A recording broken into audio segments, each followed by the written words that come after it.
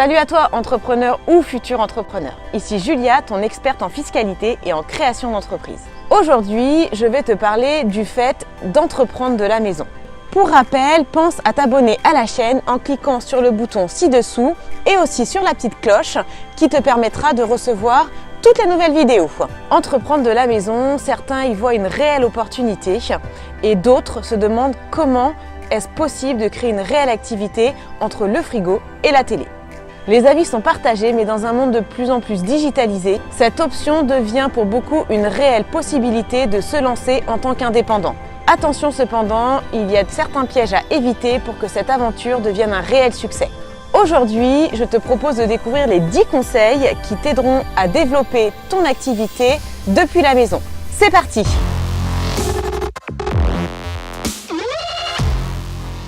Le conseil numéro 1, c'est aime ton environnement de travail et délimite-le. Alors, comme tu peux le voir aujourd'hui, j'ai les pieds dans l'eau, je suis dans une piscine, c'est génial, mais au quotidien, il faut quand même recadrer un petit peu les choses. Déjà, ce qui est important, c'est travailler dans un cadre, dans un environnement qui te ressemble et dans lequel tu te sens bien. Par exemple, ton bureau, essaye de l'agrémenter de photos, de couleurs, tu peux aussi mettre des plantes, etc. Ce qui est important, c'est de bien se sentir dans son environnement de travail parce que du coup, tu vas vouloir y rester et tu vas pouvoir y travailler dans de très bonnes conditions. Donc, veille à ce que ton environnement te ressemble et reflète aussi ton activité. Par exemple, une blogueuse culinaire n'aura pas le même espace de travail qu'un entrepreneur spécialisé en fiscalité.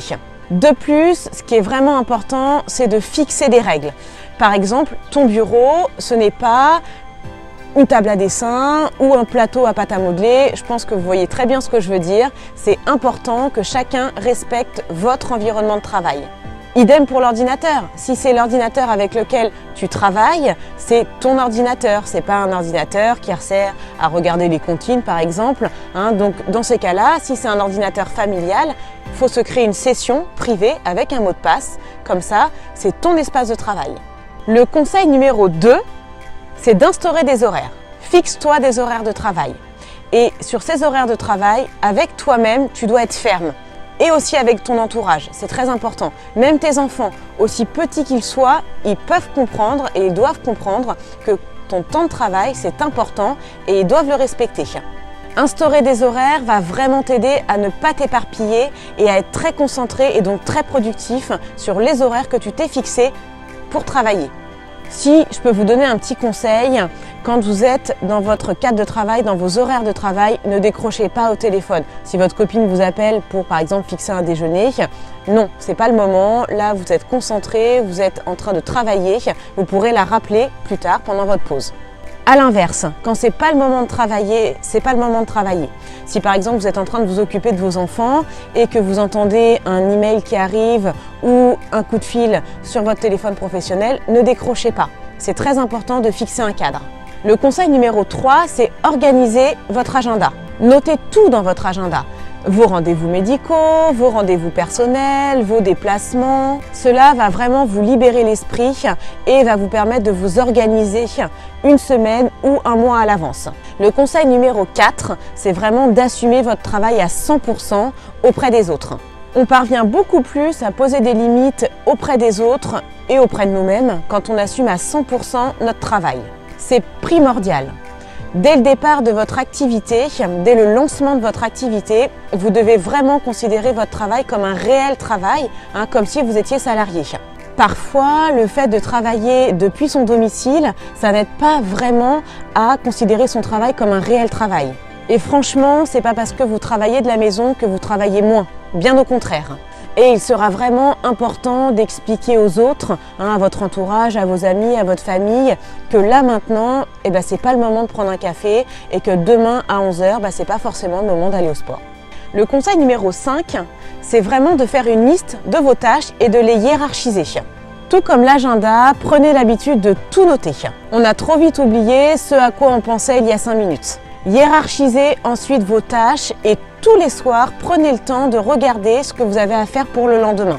Distinguez bien ce qui relève de l'important de ce qui relève de l'urgent. Et ensuite, rayez au fur et à mesure les tâches que vous avez accomplies. Le conseil numéro 6, c'est stop à la procrastination. Alors c'est quoi la procrastination? C'est tout simplement le fait de reporter au lendemain. On a trop souvent tendance à reporter au lendemain ce qui nous ennuie ou ce qu'on n'a pas forcément envie de faire ou ce qu'on n'aime pas faire. Résultat, on ne passe pas à l'action. C'est vraiment une excellente habitude à prendre que de noter toutes les tâches à faire, de les hiérarchiser et ensuite de les rayer quand elles sont effectuées. Le petit conseil que je vous donne pour éviter la procrastination, c'est franchement ne surchargez pas vos listes quotidiennes. Mieux vaut en mettre moins et tout réaliser dans la journée que d'en mettre beaucoup et de se retrouver avec des tâches à la fin de la journée qui sont inachevées. Vous verrez à quel point il est gratifiant que d'arriver en fin de journée et de réaliser que toutes les tâches qu'on avait prévues ont été effectuées et à quel point il est frustrant de se coucher avec des tâches inachevées. Le conseil numéro 7, c'est de ne pas hésiter à souffler sans culpabiliser. Créer une entreprise, c'est un sprint, mais un sprint à étapes. Le tout, c'est d'être efficace et pour ça, il faut laisser un peu souffler son cerveau de temps en temps. Pourquoi pas faire un petit ciné à 11h par exemple? Pourquoi ne pas aller au sport de temps en temps entre midi et 2? Pourquoi ne pas se permettre de faire une petite sieste après le repas? Le tout, c'est de ne pas culpabiliser. Le conseil numéro 8, c'est de faire attention aux distractions. Il va falloir être fort parce qu'elles sont partout les distractions. Le téléphone, les mails, les notifications, la machine à café qui vous regarde, la machine à laver qui vient de sonner, ce sont d'excellentes troubles de l'attention et de la productivité. Par contre, attention, ça ne veut pas dire qu'il faut travailler 6 heures d'affilée sans faire de pause. Ça serait vraiment contre-productif et ça finirait par vous épuiser. Alors moi, mon petit conseil pour être productif et éviter les distractions, c'est vraiment de se faire des sessions de travail. Vous travaillez 50 minutes sans vous arrêter et vous faites une pause de 10 minutes. Le conseil numéro 9, c'est vraiment d'éviter le sentiment d'isolement. Travailler de chez soi ne veut pas dire travailler seul forcément toute la journée. Même si vous appréciez votre indépendance, votre liberté, votre autonomie, parfois le fait de travailler seul peut peser. C'est notamment pour cette raison que le travail à domicile ne correspond pas forcément à toutes les natures. Nous avons, en fonction de notre personnalité, besoin de plus ou moins d'échanges, mais quelle que soit notre nature, nous avons besoin d'un minimum de sociabilité. Donc, pour pallier à ça, n'hésitez pas à sortir, à aller au sport ou à aller déjeuner à l'extérieur. Le conseil numéro 10 et le dernier, c'est développer votre réseau.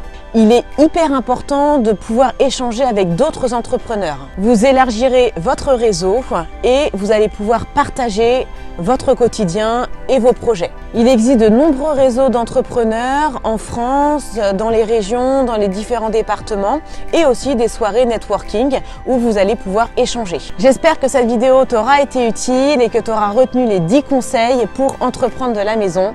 Alors pense à t'abonner en cliquant sur le bouton ci-dessous ainsi qu'à cliquer sur la petite cloche qui te permettra d'avoir toutes les autres vidéos.